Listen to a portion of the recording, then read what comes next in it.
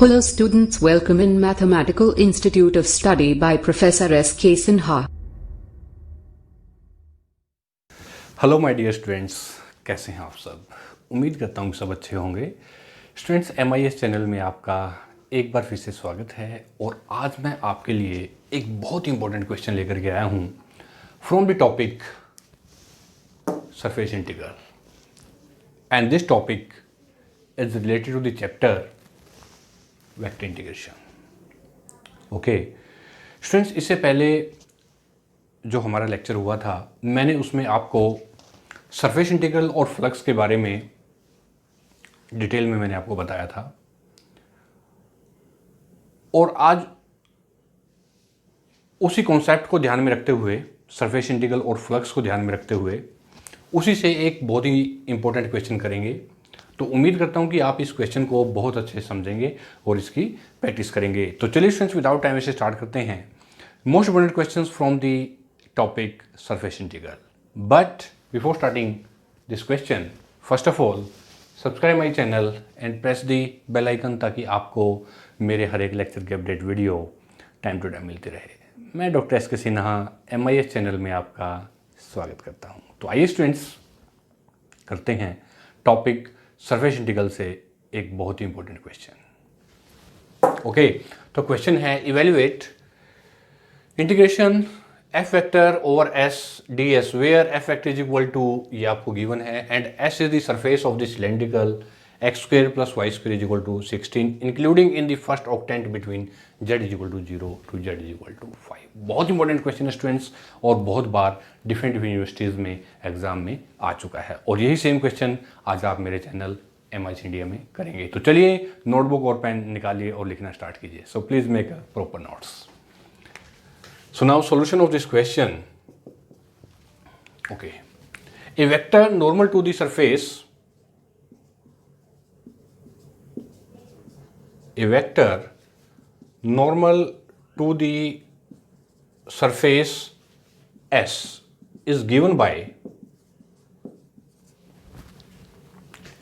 delta x square plus y square minus 16 is equal to, ये students delta आपको पता है क्या है कि डेल्टा एक डिफरेंशियल ऑपरेटर है जो कि किसके इक्वल है, यूनिट वेक्टर आई। चलिए मैं लिख लेता हूँ यहाँ पे, क्योंकि हमारा वेक्टर लगभग ऑलमोस्ट खत्म होने को है, तो आप लोगों को पता है इसमें डेल्टा क्या है, ग्रेडियंट क्या है, डाइवर्जेंस क्या है, तो मुझे इतना डिटेल में जाने की जरूरत नहीं है आप लोगों के लिए। तो मैं यहाँ डायरेक्ट लिख देता हूँ और आप समझ जाएंगे 2x unit vector i plus 2y unit vector J.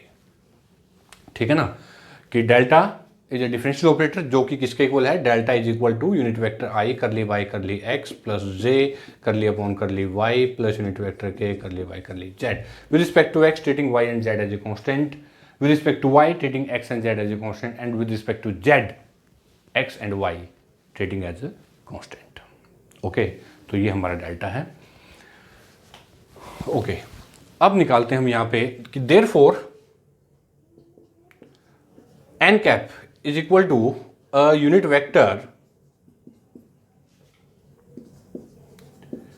vector normal to the surface S, normal to the surface S is equal to 2x unit vector I plus 2yj divided by the coefficient of whole square 2x ijk, okay, यानी कि 4x square plus 4y square. ठीक है students, and this is equal to 2x unit vector i plus 2yj divide by under root of 4 into x square plus y square, और x square plus y square किसके equal है, 16 के, तो 16 multiply with 16 4 जा 64, तो और under root 8 हो गया, तो ये आ जाएगा students x unit vector i plus unit vector j divide by 4, ये आ गया आपका यूनिट वेक्टर n। ठीक है स्टूडेंट्स, यानी कि यूनिट वेक्टर n का मतलब unit vector normal to the surface S। ठीक है, तो let R be the projection of surface S on YZ plane where z x is equal to 0, then integration f vector over s unit vector n d s, flux की condition आप use कर रहे हैं यहां पे, this is equal to integration r की r be the projection on s, so here r F vector into unit vector N, okay, and projection on S on Y Z यानी कि dy dz divide by unit vector N into I cap. ठीक है students, तो अब मैं इसके लिए एक यहां पे फिगर ड्रॉ कर लेता हूं। देखिए कि ये मेरे पास है ऐसे, देखिए एक प्लेन है, this is your x axis ऐसे, this is your y axis and this is your z axis, right students, and this point is O, okay। तो अब यहां पे देखिए स्टूडेंट्स कि here this is cylinder x square plus y square is equal to 16 including in the first octant between z is equal to 0 to z is equal to 5, एक point तो हो गया हमारा यहां पे। ठीक है, तो चलिए मैं इसके लिए कुछ नोट कीजिए। the region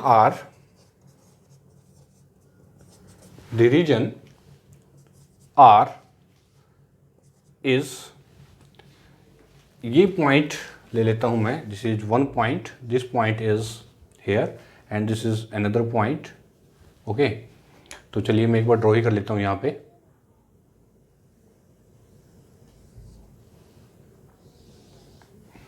okay,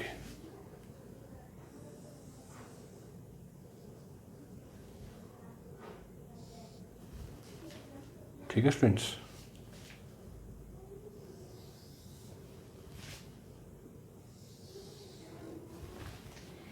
okay, this point is O dash, A, this is your A dash, this point is B and this is your B dash, right students, and this is your 5, this length is z axis length is 5। तो जो reason R है, the region R is O B B dash O dash, ठीक है students, O B B dash O dash enclosed by y is equal to 0 to y is equal to 4, this is your 4। ठीक है students, कि here on yz this is x is equal to 0, so here y is equal to 4, so here this is your y is equal to 0 to y is equal to 4। ये देखिए students, ठीक है ना। तो आपका जो area है, जो रीजन, जो कॉमन जो एरिया है, ये देखिए common region of this cylinder, ये ऐसे,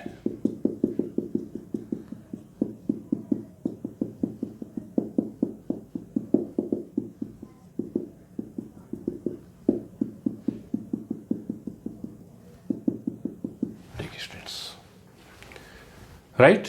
तो it means, so here the region are O B B dash O dash enclosed by y is equal to 0 to y is equal to 4 and z is equal to 0 to z is equal to 5। ठीक है students, and now after this step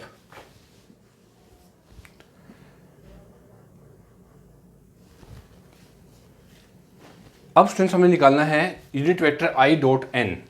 now unit vector I dot unit vector n, okay, on yz plane, so here this is equal to unit vector I into n, n क्या है आपके पास, n is equal to ये है xi यानी कि 1/4 xi plus 1/4 yj। ठीक है students, तो मल्टीप्लाई करेंगे तो आपके पास आ जाएगा 1/4 x, ये आ जाएगा i unit vector I dot n cap is equal to 1/4 x।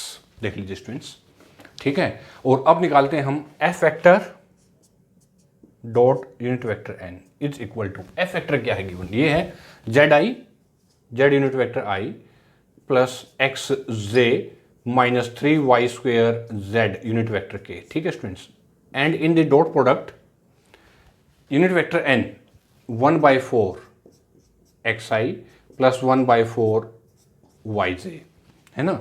So after multiply, चलिए क्या आ जाएगा देखिए आपके पास। Okay students, f vector into unit vector n, f vector unit vector n, this is equal to after multiply, this is your x z by 4 और x y by 4 plus x y by 4। देखिए students, 1/4 this is your x i को i से multiply करेंगे, जे को जे से multiply करेंगे, and you know i dot i is equal to 1 and j dot j is equal to 1, but k is not here, so here this is your 0 into unit vector k. ठीक है, तो 0 से multiply, this is your 0, so here this is equal to f vector, this is your 1/4 मैंने common ले लिया यहाँ से और x भी कॉमन ले लिया, तो आपके पास आ जाएगा ये z प्लस वाई, और f vector into unit vector n, this is equal to 1/4 x into Y plus Z, ऐसे भी हम लिख सकते हैं इसको। ठीक है, तो ये आ गया आपके पास f vector unit vector n 1/4 x y plus Z. ठीक है स्टूडेंट्स, एंड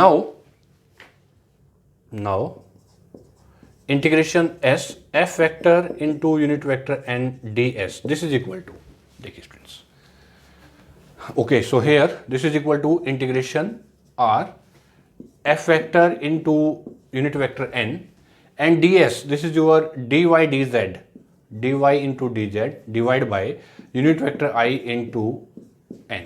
ठीक है, तो इसके बाद now this is equal to, अब यहां पुट कर लेते हैं, this is equal to here r and f vector into, चलिए स्टूडेंट्स ये क्या है, 1/4 x into Y plus Z into dy by dz, dy dz upon I unit vector n, जो कि आपके पास है ये देखिए 1/4 x। ठीक है, तो नाउ इसके बाद देखिए स्टूडेंट्स आपके पास क्या आ जाएगा यहाँ से, now this is equal to integration, yes, surface S region, so here the region R, let R be the projection on S, okay, so here this is equal to 1/4 x y plus z, and here limit is 0 to 4 and z 0 to 5। ठीक है students, y is equal to 0 to y is equal to 4 and z is equal to 0 to z is equal to 4 dy dz, and चलिए students ये 4 से ये 4 cancel, x से x cancel, तो आ जाएगा y plus Z into D Y D Z is equal to, सबसे पहले मैं विद रिस्पेक्ट टू y निकालते हैं, तो ये आ जाएगा, यस निकालिए इसको, तो with respect to here y limit is 0 to 4, तो it means this is your y square by 2 plus Z Y, okay, and limit from 0 to 4 D Z and integration 0 to 5। ठीक है, and this is equal to 4 put करते हैं students, तो आ जाएगा 8 और plus 4z -0 and integration 0 to 5 dz, निकालिए इसको, so this is equal to, okay, 8z plus 4z square by 2 and the limit from 0 to 5, this is equal to 40 plus 50 -0 this is equal to 90, this is your answer. देखिए students, तो ये था आपका most important questions from the surface integral. Okay, तो उम्मीद करता हूँ students कि आपको ये मोस्ट इंपोर्टेंट क्वेश्चंस बहुत अच्छे समझ में आ गया है, और इसके बाद भी अगर आपको प्रॉब्लम है तो आप मेरे YouTube चैनल पे जाइए, कमेंट बॉक्स में लिखिए जो भी आपको प्रॉब्लम है, और मैं आपकी प्रॉब्लम जरूर से जरूर सॉल्व करूँगा डेफिनेटली। ओके, तो बताइए स्टूडेंट्स आपको मेरा आज का क्वेश्चन, ये most important questions from the surface integral कैसा लगा, तो प्लीज़ लाइक बटन तो प्रेस कर ही दीजिए, साथ में कमेंट कीजिए, शेयर कीजिए, ताकि मैं इसी तरह से आपके लिए कुछ और most important questions, article, theorems इसी तरह से कंटिन्यू लेकर के आता रहूँ। तब तक के लिए students bye bye, thank you very much and all the best.